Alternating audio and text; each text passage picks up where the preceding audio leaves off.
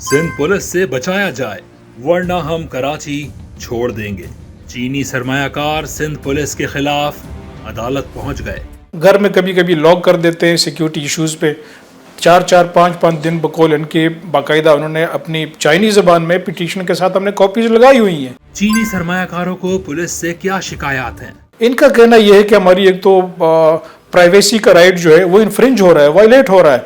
Even bedrooms तक आ जाता है बगैर नॉक किए, बगैर वारंट के। चीनी खवातीन ताजिर पाकिस्तान क्यों छोड़ गए?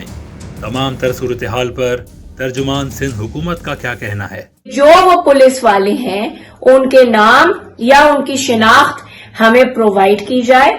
सिंध हुकूमत उनके खिलाफ फौरी एक्शन लिया जाएगा। चीनी सरमायाकारों को किस किस मद में रिश्वत देनी पड़ती है? तमाम तर तफसीलात जानने के लिए देखिए ये रिपोर्ट।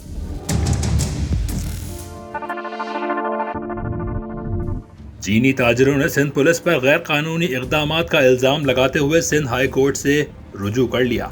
6 चीनी ताजिरों ने रहमान महसूद एडवोकेट के तवस्सुत से सिंध हाई कोर्ट में फाइल दरख्वास्त में 2 टोक अल्फाज में कहा है कि उन्हें पुलिस की हैरासमेंट और भत्ताखोरी से बचाया जाए वरना वो लाहौर या चीन वापस चले जाएंगे। इनके घरों पे जो पर्सनल डिप्यूट होते हैं, इनका कहना यह है कि हमारी एक तो प्राइवेसी का राइट जो है वो इन्फ्रिंज हो रहा है, वायलेट हो रहा है। इवन बेडरूम्स तक आ जाता है बगैर नॉक किए, बगैर वारंट के।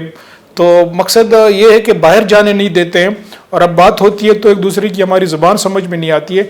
कभी कभी ये भी होता है कि बाहर जाना पड़ता है तो कहते हैं कि नहीं, आप बुलेट प्रूफ गाड़ी के बगैर नहीं जा सकते हैं। और जब ज़्यादा अर्जेंसी होती है तो वो फिर अपने हिसाब से पैसे वैसे ले लेते, अपनी गाड़ी में लेके चले जाते हैं और वापस ले आते हैं। दरख्वास्त में चीनी सरमायाकारों का कहना है कि उन्होंने वज़ीर आज़म, आर्मी चीफ समेत आला हुकाम की दावत पर पाकिस्तान में सरमायाकारी की, मगर उनसे एयरपोर्ट से लेकर रिहाइशगाह तक रिश्वत तलब की जाती है।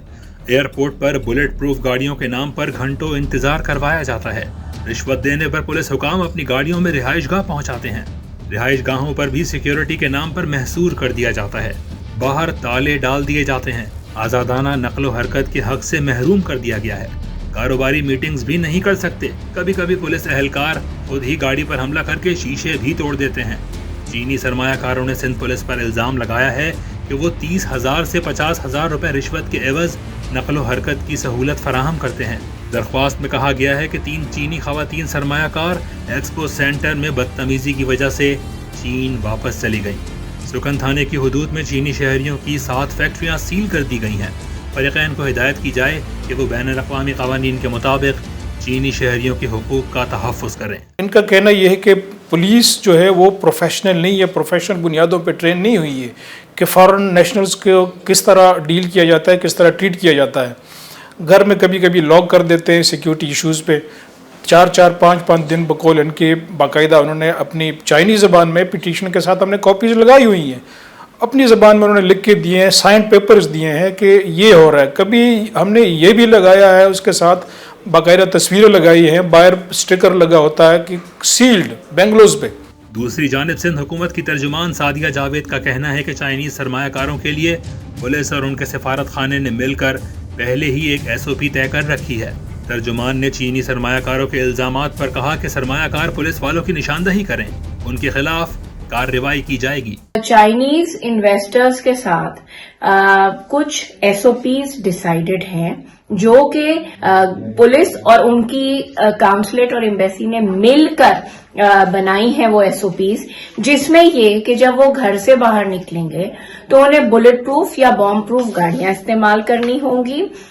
वो अपने घर में, अपने ऑफिसेज में CCTV फुटेजेस, CCTV कैमरास लगाएंगे और इसके अलावा जो वो प्राइवेट सिक्योरिटी अपने साथ सिंध पुलिस ने जो उनको सिक्योरिटी प्रोवाइड की है, उसके अलावा जो सिक्योरिटी रखेंगे प्राइवेट कंपनी से, वो किसी बेहतर कंपनी से हो।